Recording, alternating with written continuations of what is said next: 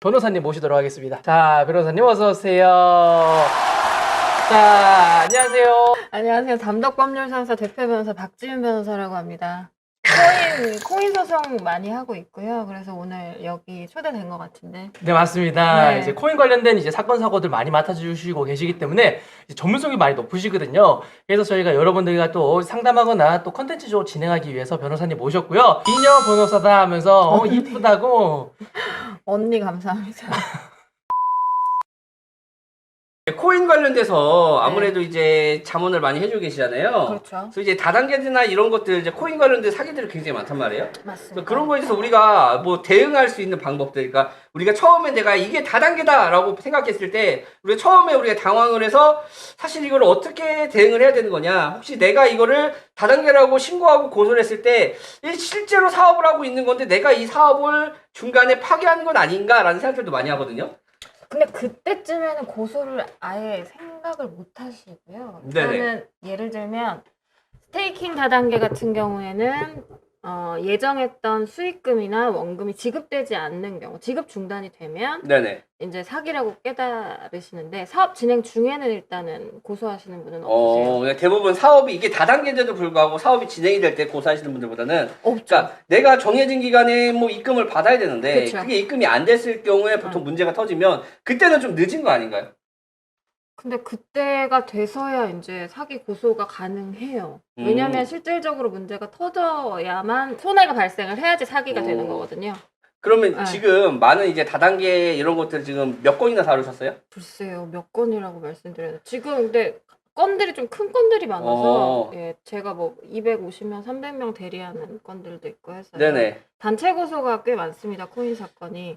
개인으로 이제 고소를 하시는 분들보다는, 왜냐면 다단계 사기라고 하면은 그 상선에서 하선으로 이제 피라미드 구조가 있고, 그 하선의 분들이 굉장히 피해를 보신 분들이 많기 때문에 이 분들이 이제 단체로 모여서 고소를 하는 경우가 굉장히 많거든요. 그럼 이길 확률은 얼마나 되나요?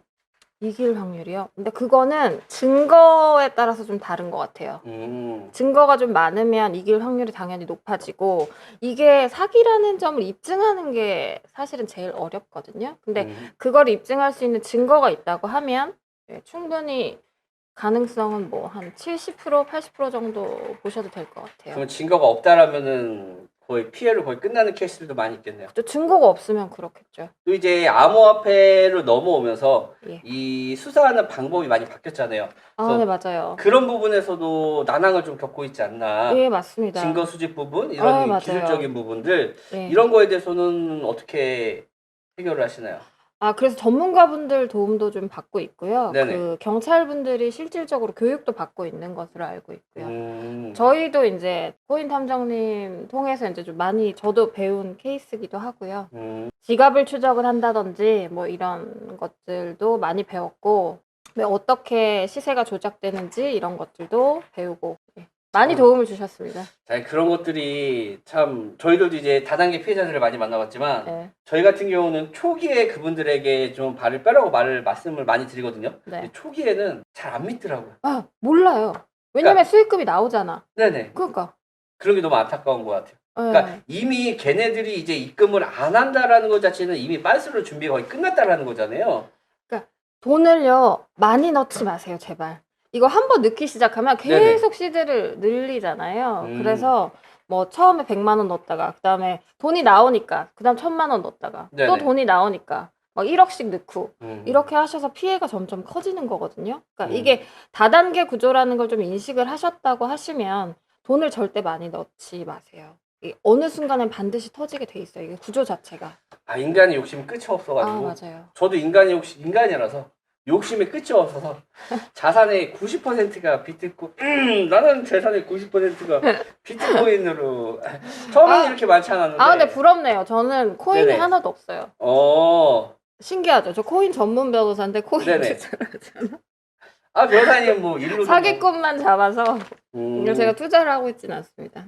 다단계든 다단계가 아니든 투자를 할 때는 이제 물타기를 좀 안 했으면 좋겠다. 그러니까 지속적으로 돈을 계속 넣는 거를 좀 피했으면 좋겠다라고 말씀하시는 거잖아요. 네, 맞아요. 그래서 일단 당하고 안 당하고 하는 이제 본인의 선택이지만, 이게 잘된 투자든 잘못된 투자든 일단은 한번 두드려보고 너무 많은 돈을 투자하지는 않는 게. 그러니까 예를 들면 네네. 그 제가 지금 맡고 있는 사건 같은 경우에는 원금 보장을 일단 하고 거기에다가 수익금을 굉장히 많이 줍니다. 뭐 20%에서 뭐 80%까지 이제 네네. 수익을 준다고 하면서 그거를 전부 다 뭐 나눠서 지급을 해주겠다. 매일매일 나눠서 지급을 해주겠다. 코인으로 이렇게 해서 투자를 받아서 실질적으로는 계속해서 투자자들을 모집하면서 돈을 모으는데 어느 순간에는 지급이 중단되는 사태가 발생할 수밖에 없는 거죠. 그런 구조가 있다고 생각하시는 만약에 투자 상품이 있으면 이거는 거의 90% 이상 사기라고 보시면 돼요. 이게 수익 실현 가능성이 있는 구조가 형성이 될 수가 없어요. 보통 이 사람들이 얘기하는 수익 구조라는 게 MM이라고 하잖아요. 네네. 그러니까 가격을 이렇게 조작을 해가지고 맞아요. 뭐 이렇게 해서 수익을 실현한다는 게 대부분인데 실질적으로는 그게 지속 가능한 수익을 실현할 수 있는 형태가 아니잖아요. 네. 맞아요. 그래서 결국에는 터질 수밖에 없고요. 그런 상품이 있다고 하면 투자를 하지 않으시는 게 현명하죠. 요즘에는 그런 것도 있더라고요. 그러니까 저희들 이제 광고를 많이 받고 있는데, 그러니까 이제 대신 매매해 주는 거거든요. 그러니까 내가 남의 돈을, 그러니까 허가가 받지 않은 그런 개인이 남의 돈을 받아서 대신 매매할 때는 이제 법적으로 문제가 되잖아요. 네. 근데 이런 것들을 이제 프로그래머 시켜서 내가 대신 매수 버튼을 눌러주는 그런 카피 트레이딩들이 요즘 유행하고 있거든요. 그것도 불법이거든요. 근데 그게 지금 좀 성행을 하고 있고 저희한테도 들어온 게 어떤 구조냐면 그 일단은 우리나라에서는 이 마진이나 이런 게 이제 불법해서 못하게끔 맡긴 상태인데도 불구하고 이제 한국어를 지원을 하면서 이 영업을 하는 곳들이 아직까지 있어요. 그 영업을 하는 대신 걔네들은 큰 회사들이 아닙니다. 뭐 이제 바이낸스라든지 뭐 바이빗이라든지 이런 대형 거래소들 같은 경우는 이미 이제 한국어 지원이나 이런 걸 막았는데 소형 거래소 같은 경우는 그렇게 운영을 하고 있는데 네. 저희한테 오퍼 들어오는 것들은 이 대신 매매를 했을 때 유저들이 수익이 나면 그 수익금의 10%를 떼어주는 이런 구조들도 있거든요. 이거는 이제 법적으로 문제가 되지 않는지. 될 것 같은데요. 그러니까 지금 요즘에 유행하고 있습니다. 그래서 이제 많은 BJ들이 네. 이제 레퍼럴이나 이런 거에 대해서 안 좋은 이미지를 갖고 있고 또 이제 개인 투자를 하기에는 너무 리스크하고 힘들어 하시는 분들을 이제 로그인만 시켜서 이제 내가 매매했을 때 같이 매매가 되는 형식으로 해가지고 그 수익금의 그 10%를 인플루언서들이 가져가고 이제 나머지 본인 수익으로 가져가는데 여기서 손실이 났을 경우는 사실 이게 책임 회피가 되나요? 그렇죠. 그러면 그럴 수밖에 없겠죠. 그런 식으로 아마 계약을 해서 들어가지 않을까요? 그 유저들도 그렇겠죠. 당연히. 처음에 계약을 할 때 매매를 해준다는 거는 이 사람한테 그 매매에 관한 위임을 전부 다 한다는 거잖아요. 네네. 수익을 나던 뭐 손실을 보건 음, 뭐 이 사람한테 그걸 다 위임하고 자기가 수익이 나면 그만큼에 대한 이익을 가져가는 거고 거기에 대한 수수료를 떼주는 거잖아요. 이게 프로그램화 시켰다고 해도 이게 법적으로 문제가 될 수 있는 거라고 말씀하시는 건가요? 그럴 것 같아요. 일단 제가 지금 생각하기로는. 요즘에 조금 많이 좀 그런 것들이 광고가 굉장히 많이 들어오고 하지 마세요. 저는 그런 거 절대 안 하죠. 하지 마세요. 절대 안 하는데 많이 들어오고 지금 많은 이제 아프리카 BJ 분들이나 유튜브 인플루언서들이 예, 그런 행위들을 하고 있기 때문에 네. 사실 일단은 그런 사이트 운영하는 카피 트레이딩이 들어가는 거 대부분이 현물이 아닌 이제 마진 거래거든요. 그래서 마진은 위험하고 리스크가 큰데 맞아요. 그리고 이제 누군가의 손가락에 많은 돈이 걸렸을 때 사실 선매매도 가능하거든요. 그렇기 때문에 그런 것들이 법적으로 문제가 되는지 좀 궁금했습니다. 네, 문제 될 것 같아요. 뭐 좀 더 검토를 해봐야 될 것 같긴 한데 기존에 뭐 FX 같은 경우에도 다 불법이라고 저희가 다 판단이 났잖아요. 네네. 재판에서. 근데 이것도 저는 그렇게 될 가능성이 높다고 보여지는데요. 다단계 얘기하고 있는데 또 누가 나는 다단계로 돈 벌었지롱 막 이런 사람들도 있고. 그러니까 이게 그렇죠. 초반에는 벌 수 있어요. 네네. 초반에 들어가신 분들은 벌고 나오시는 분들도 계신데요. 네네. 그러니까 그걸 모르잖아요. 그러니까 어쨌든 이게 다단계라는 건 계속 하선을 모집하는 단계가 존재하기 때문에 그 하선에 계신 분들이 항상 다 피해를 보시는 거죠. 그래서 뭐 이제 또 이제 다단계 얘기를 하면 또 일부의 사람들 같은 경우는 다단계로 돈 벌었는데 그게 무슨 문제가 되느냐 뭐 이런 분들도 있는데 문제가 됩니다. 사실 본인이 먹어봐야 네, 문제가 됩니다. 이게 처음에 그러니까 수익 구조가 없다는 게 사기죄의 가장 큰 핵심 쟁점이거든요. 그러니까 이 사업을 통해서 수익을 실현할 수 없고 그 수익금을 지급할 의사나 능력이 없음에도 불구하고 이제 이렇다라고 해서 이런 수익을 주겠다라고 해서 투자자들을 모집하는 행위 자체가 사기 행위, 기망 행위로 볼 수 있는 거거든요. 그런 분들 이제 처벌은 어디까지나 가능하고 이게 원금을 내가 돌려받을 수 있는지. 원금 보장은 사실은 보통은 그러니까 형사고소가 진행이 되잖아요, 사기로. 네네. 그렇다고 하면은 당사자가 처벌을 피하고 싶으면 합의를 할 거예요. 그 합의 과정에서 이제 어느 정도 원금 보장이 가능할 수 있고요. 그다음 두 번째로는 이 사람들이 이제 그러니까 기소가 돼서 재판 단계에 넘어가서 그러니까 실형을 선고를 받죠. 그러니까 죄가 인정이 됐다고 하면 그 과정에서 피해자분들이 배상명령 신청이라는 제도를 통해서 그 판사한테 구하는 거예요. 나의 피해 금액은 이 정도니까 이 사람들한테 이 정도 돈을 받을 수 있는 권리를 주세요라고 구하는 절차가 있어요. 그러니까 그 절차를 통해서 그 판사가 나중에 재판이 끝나고 배상명령 신청에 대한 결정이 내려지면 그게 민사소송하고 동일한 효력을 가진 판결문과 같은 효력을 가진 문서가 되거든요. 근데 그걸 통해서 이제 그 죄를 지은 사람들 전부에 대한 재산의 집행이 가능해요. 그렇게 해서 원금 회복을 하는 방법이 있죠. 그러니까 피해 금액이라고 하는 것은 직접 그러니까 은행이나 투자금으로 집어넣은 한국 돈, 네네. 코인이 아니라 하나 그 자체를 말하는 거예요. 그러니까 내가 3천만 원을 실제로 투자 금액으로 넣었다고 하면 그 3천만 원만 피해 금액이 되는 거고, 그리고 실제 배상명령 신청이 들어갈 때는 만약에 수익을 받은 부분이 있다거나 보전을 받은 부분이 있다고 하면 그 부분은 빠지고 나머지 금액만 신청을 할 수가 있어요. 그래야 판사님이 결정을 내려주세요. 아니면 각하가 되는 경우가 많습니다. 그럼 이게 그 원금을 돌려받는 행위도 되게 복잡한 절차가 필요한 거네요. 그죠. 근데 일단은 형사고소 절차에서 뭐 보전받을 수 있는, 그러니까 배상명령이 제일 간단한 절차. 아니면 합의를 통해서 받는 방법. 이거가 있고, 아니면 민사소송을 따로 또 하셔야 돼요. 아, 그럼 또 엄청나게 긴 그렇죠. 싸움이 긴 싸움이 되겠네요. 되는 거니까 일단은 고소를 하시는 게 가장 현명한 방법이에요. 만약에 사기를 당했다고 생각을 하시면 이제 고소 진행을 통해서 일단 제일 쉬운 게 합의죠. 당사자한테 야, 너 처벌받기 싫으면 합의하자 라고 해서 합의를 이끌어내는 게 가장 좋고요.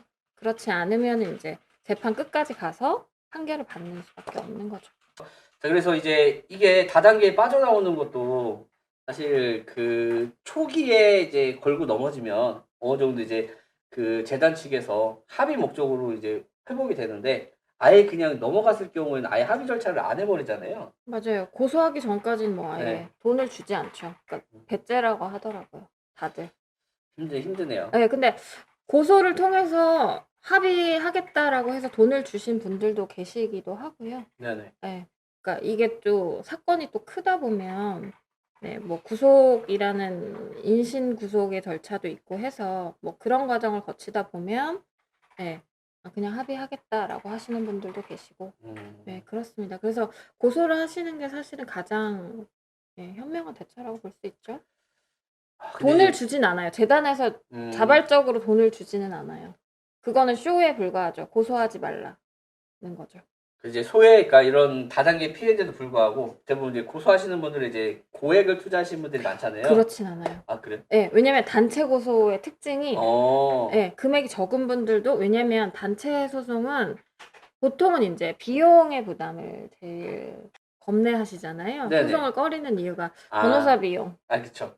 고소 비용에 대한 부분을 가장 걱정을 하시고, 그리고 이거 원금을 과연 100% 찾을 수 있냐를 두 번째로 걱정을 하시거든요. 그럼 이제 많은 분들이 궁금한 게 그거겠네요. 내가 이제 다단계뿐만 아니라 사기를 당했어요.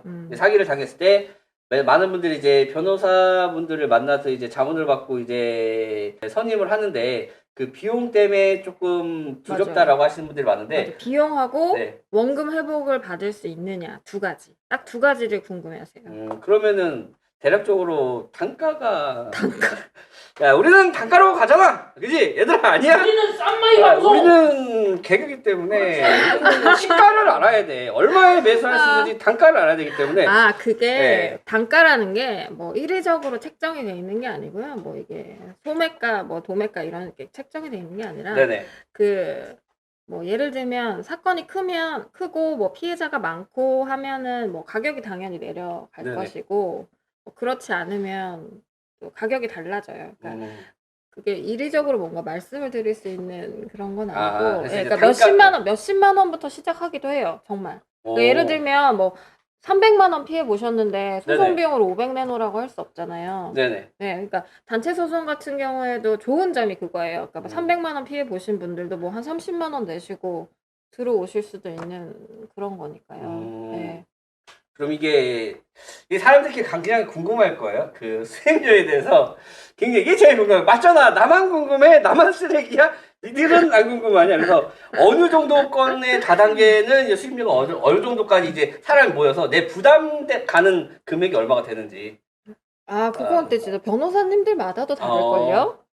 이게 공식 측정가가 없구나. 아유, 전혀 택시요금처럼 딱 찍혀 있는 게 아, 없어요. 없어. 보르는 게 값이 시가. 그치. 김앤장 김앤장 시가 이러는데 시가가 맞았네. 김앤장 그때 같은 데 달라요. 가봐야 얼마 부르나. 그게 다 다른 거예요. 청담동에서 머리를 하는 것과 이제 우리 집 앞에서 머리 하는 가격이 다른 것처럼 아, 그렇지.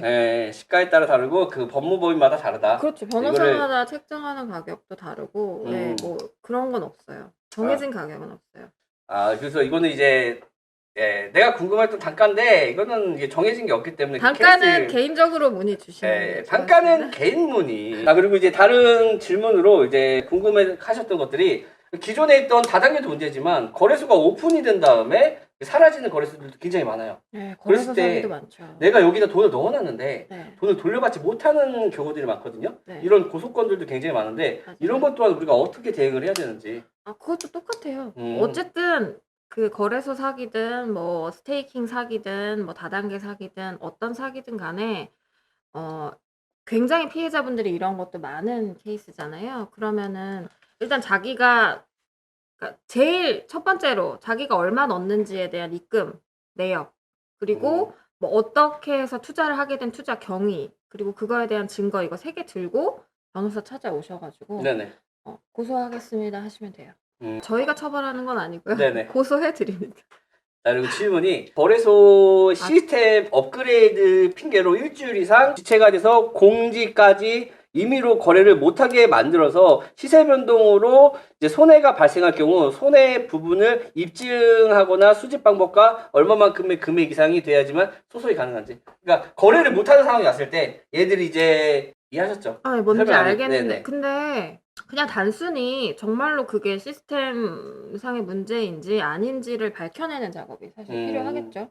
네. 실제로 얘네가 의도적으로 그런 일을 행해서 뭐 시세를 조작을 한 그 현상까지 저희가 밝혀내야 될 네네. 거예요. 그러니까 저희 사건 같은 경우에 그런 게 있었거든요. 네네. 그러니까 코인을 거래소로 보내는 거를 뭐 펜딩이라고 하는데 그 펜딩을 일부러 시켜가지고 뭐 펜딩이 되는 그 시간 동안 한 2시간 동안에 코인 가격이 급락을 했었어요. 네, 그러니까 그런 것들에 대한 뭐 밝혀야 되겠죠. 어쨌든 밝히지 않고는 소송이 불가능해요. 그럼 이제 거래소 시스템이나 이런 것들의 업그레이드 때문에 예를 들어서 뭐 디파이나 뭐 이런 거를 지금 얘기를 하는 것 같은데 네. 일부 시간 동안에 이제 거래가 안 되게 막아놓고 네. 이제 자기들이 이제 수작하는 행위가 있었다면 네. 그 수작하는 거를 이제 사실 검찰이나 경찰에서 밝혀주기보다는 이 피해자들이 입증할 자료를 들고 가야 돼야 고소가 되나요? 그렇게 해야 아마 조사를 제대로 해주실 거예요. 수사관들도 어느 정도 정황이 있어야 이거가 좀 증거하고 정황이 있어야 이거를 그러니까 피의자라고 하죠. 수사 단계에서는 피의자분들한테 들이대고 너 이랬지라고 할 수가 있다고 하시더라고요. 제가 많이 돌아다녀 보면. 근데 그런 것도 없이 그냥 단순히 이거는 이런 정황이 있어서 이런 거예요라고 하면 당연히 그 사람들은 반박을 할 거고 그러면 수사관들이 더 이상 할 말이 없다는 거예요. 자기들도. 그러니까 우리가 먼저 이거를 찾아서 들이밀면 수사관들도 수사하기가 일단 편하고 저희 측에서도 빠르게 뭐 진행이 되니까. 그렇죠. 내가 이제 피해를 봤다고 해서 이제 경찰서 가서 신고를 해도 이거를 이제 경찰분들도 뭐 그 사람들을 데려서 뭔가 말을 해야 되는데 그치. 이 말할 건덕지가 없으니까 수사 진행 자체가 초기에는 힘들어진다. 네, 맞아요. 그래서 진짜 그렇게 되면 뭐 거의 불송치나는 경우가 대부분일 거예요. 만약에 혼자 가셔가지고 이런 사건으로 내가 이런 피해를 봤는데 라고 신고를 하시면 네, 혐의 없음으로 나오는 경우도 꽤 많을 거예요. 그래서 이제 웬만하면은 이제 그 실질적인 정황 증거라든지 이런 거는 피해자 측에서 준비를 해서 이제 가져가야 그래도 이제 수사가 진행이 된다는 그러니까 말씀. 객관적인 증거 뭔가 하나라도 좀 들고 가셔야 돼요. 그러니까 저희가 원하는 것도 항상 그런 부분이고, 그래서 이제 코인 탐정님들 도움도 많이 받았던 게 이런 뭐 거래소 내역 같은 거를 저희가 분석을 해서 그걸 증거로 들이밀어야 수사관님들도 이걸 보시거든요. 한 번 더 보고 한 번 더 이렇게 얘네를 더 이제 압박을 하고 이런 자료로 사용을 할 수가 있기 때문에 저희도 변호사도, 그러니까 저 같은 경우는 그런 것들을 많이 배웠고, 네네. 예, 그런 것도 재밌기도 하고 해서 음. 예, 아주 아니, 재밌었습니다. 고소가 취미신 분이라서. 아니, 새벽 4시에도 카톡을 보내셔요. 그래갖고 뭐 하세요? 그랬더니 아, 고소장 쓰고 있어요. 쿠키로 삥뽕 너무 즐겁디? 맨날 이러고 계시는 분이라서. 아, 예, 에이, 고소를 이제 예, 취미로. 고소를 업으로 주 업으로 하고 있습니다. 고소하고 싶어서 변호사 되셨나요? 아, 그건 고소가 재밌어서 공부하셨나요? 그건 아닙니다. 아. 하다 보니까 아니 저 피해자분들이 너무 안타까우니까 네네. 제가 더 열심히 해야 되겠다는 생각이 많이 들더라고요. 약간 화가 나시니까. 맞아요. 사건을 딱 받았는데 내가 이 열받아. 사건에 대해서 쫙 보니까 빡쳐. 맞아. 이런 느낌이시구나. 정확히 그거예요. 어. 정확히 그거예요. 너무 열받는 거예요, 진짜. 아니, 도대체 뭐, 왜 이래, 얘네는? 그러니까 열이 받으니까 이제 막 고소장 쓰는 거죠. 막 새벽 내 쓰고, 막 배우고, 공부하고, 그러는 거죠. 그럼 새벽 4시까지 그거를 보통 몇 시까지 그거를 제가 주로 퇴근 시간이 새벽 3, 4시쯤 됩니다. 몇 시에 출근하세요? 깨는 거는 8시 반부터 전화가 와요, 저한테는. 보통. 그리고 9시부터 보통 법원이나 경찰서들이 이제 움직이잖아요. 그럼 네네. 계속 저한테 전화해요. 그러니까 8시 반 정도부터는 항상 업무를 본다고 보시면 돼요. 하루에 2-3시간 주무시면서 맨날 고소만 하고 계시는 거네요. 네, 저 주말에도 못 쉬잖아요. 이제 다단계라든지 이런 거 피해를 봤을 때 우선적으로 이제 개인이 할 수 있는 거는 이제 내가 피해를 받았다는 증거라든지 이런 걸 가지고 네. 변호사님 찾아가서 네, 입금 내역 꼭 들고 오세요. 입금 내역 필수. 그래서 이게 코인으로 입금된 것과 이제 현금으로 입금된 거에 대한 차이가 좀 있나요? 차이가 있어요. 근데 그걸 어. 다 밝혀야 돼요. 저희가 지금 하는 사건도 마찬가지인데 일단은 뭐 당사자분들한테는 뭐 사실은 하산에 있는 코인 투자자분들 있죠. 네네. 그런 분들은 코인을 잘 모르는 분들이 대부분이에요. 그래서 음. 코인을 살 때도 대리를 해가지고 사신 분들도 많고 뭐 남이 대신 사주는 거죠. 그렇게 해서 비용을 받는 뭐 그런 것도 있더라고요. 뭐 어쨌든 코인을 잘 모르셔서 어쨌든 원화로 돈을 어딘가로 넣고 그 원화로 누군가가 코인을 사서 그 코인이 뭐 어떻게 해서 전자지갑으로 들어가는 그런 구조거든요. 그러면 그 구조에서 그 구조까지를 일단은 다 저희가 정리를 해서 드려야 되는 거예요. 경찰서에. 아까 전에도 누가 질문을 하셨는데 내가 입금한 내역을 이제 증거자료를 가지고 가야 된다고 말씀하셨잖아요. 네. 근데 이제 내가 입금한 내역이 보통 이런 케이스들이 있거든요. 다단계가 여기 대빵이 있으면 네. 이게 보통 다단계는 이제 피라미드식으로 내려가잖아요. 그렇죠. 이랬을 때 지인을 통해서 내가 이걸 이제 접하게 됐을 때 그쵸? 돈을 지인한테 입금을 했단 말이에요. 그거 주시면 돼요. 그럼 이것도 상관이 없는 건가요? 네, 상관없어요. 어쨌든 내가 넣은 한화 그 자체 입금 내역을 주시고 그 나머지 부분에 대해서는 이제 변호사한테 알려주시면 변호사가 이제 그걸 추적을 하는 거죠. 뭐 전자지갑까지 들어간 경로를 뭐 추적을 한다든지. 그리고 이제 지인이 소개를 보통 다단계를 했을 때 그쵸. 내가 이제 지인이 이게 가해자가 되는지 피해자가 되는지 이것도 궁금할 것 지인도 같아요. 같이 고소합니다. 보통. 그러니까 제일 상선을 고소하는 거예요. 네네. 제일 위에 애들. 그러니까 그 밑에까지는 다 고소인이 될 수 있어요. 그러니까 제일 위에 애들 말고는 네네. 다 피해자가 될 수 있는 거예요. 그러면 내 소개시켜준 지인 또한 피해자로 들어가는 거네요? 그렇죠. 만약에 내가 그 사람을 고소해도 사실 거의 혐의 없음이 나올 확률이 높아요. 왜냐면 이 사람도 모르고 투자를 했을 가능성이 높고, 그러니까 실질적인 이게 수익 구조 자체를 모르고 들어간다고 하면 사기의 범위가 인정이 안 되거든요. 근데 그걸 아는 사람들은 제일 위에 이 사업을 계획한 사람들일 거잖아요. 네네. 그러니까 그 사람들을 고소하는 거예요. 실질적으로는. 그러니까 돈을 내가 지인을 통해서 투자를 했다고 해서 그 지인을 고소할 수 있는 뭐 하셔도 되는데요. 하셔도 되는데 보통은 혐의 없음으로 나오니까. 그러니까 단체 고소가 그렇게 진행이 되는 거예요. 그러니까 뭐 하선, 그 상선, 그 상선, 상선 쭉 따라가다가 제일 위에 뭐 사업 계획을 설명했다든지 사업에 실질적으로 관여를 했다든지 하는 사람들이 있을 거잖아요. 그러니까 그 사람들을 골라서 고소를 하는 거죠. 그러니까 결론적으로는 이제 그 밑에 있는 사람들이 뭉쳐서 올라가기 때문에 네, 이제 맞아요. 윗선을 고소해도 대부분은 이제 무혐의로 네, 나온다. 바로 상선을 고소해도 뭐 거의 무혐의 처분이 나올 거예요. 근데 음. 유사수신에 관한 법률 위반은 가능성이 있죠. 음, 사기는 안 돼요. 안 될 것 같아. 하고 싶은 말 있으신가요? 다단계 피해 좀 많이 하시잖아요. 네. 이런 거에 그러니까 돈 대해서 좀 넣지 마세요. 아. 제발. 투자하지 마세요. 그 이런 제발 스테이킹 이런 거 절대 하지 마시고요. 음, 그러니까 웬만하면 거의 90% 이상 피해를 보실 게 뻔해서 구조가 진짜 수익 구조라는 게 아예 없어요. 정말로. 제가 이게 알아보면 다 돌려막기거든요. 그러니까 뭐 A라는 투자 상품을 냈어요. 거기서 모집을 해요. 그게 터질 것 같으면 B라는 상품을 다시 만들어요. 그래서 거기서 또 모집을 해요.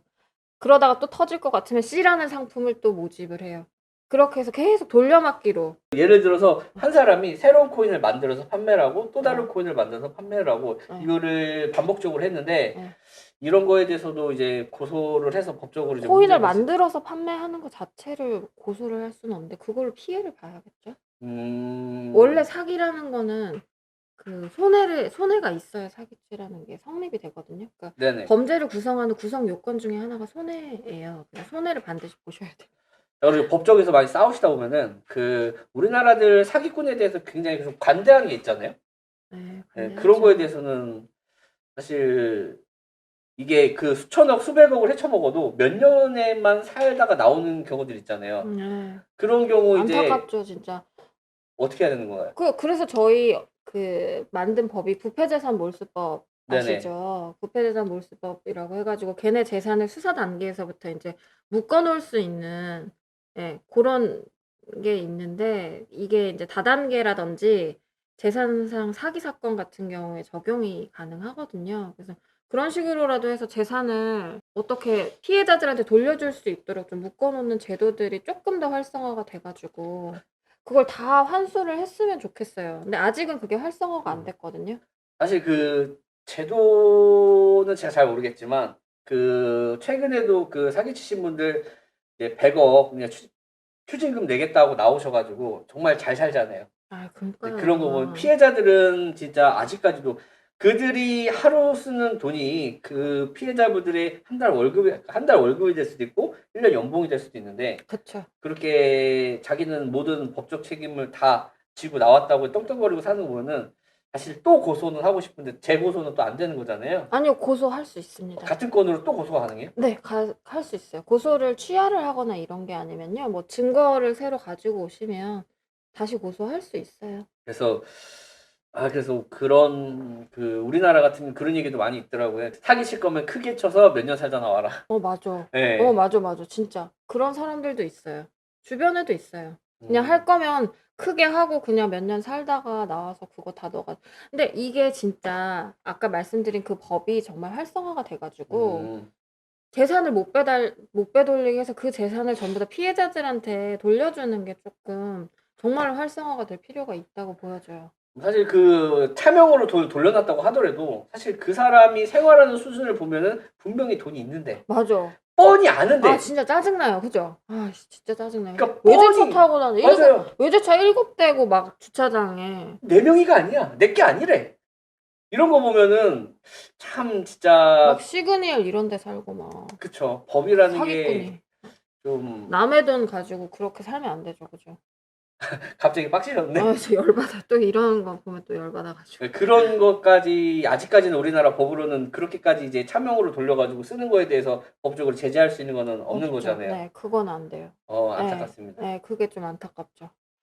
네. 근데 일단은 그 사람 명의로 돼 있을 때 빠르게 이제 수사가 진행돼서 재산을 묶어놓는 그런 거라도 좀 활성화가 돼야 네, 진짜 피해자들한테 피해 보전이 될 수 있을 것 같아요. 사람들이 수사하는 과정에서도 재산을 굉장히 많이 빼돌리는 걸로 알고 있거든요. 이번에 그 사건도. 그러니까 이게 수사하는 과정 자체에서부터 내가 들어갈 거를 이미 알고 그치. 이제 고액의 변호사들을 고용해서 딜레이 시키면서 자산을 지속적으로 음익을 맞아. 시켜놨다가 이제 뭐 들어가서 해외로 빼놓는다든지 네네. 그렇게 하는 경우들도 있으니까 이거를 빠르게 이 법안이 조금 활성화를 시켜가지고 재산을 좀 묶어놓고 이거를 환수시켜주는 이런 것들이 조금 정말로 활발해졌으면 좋겠어요.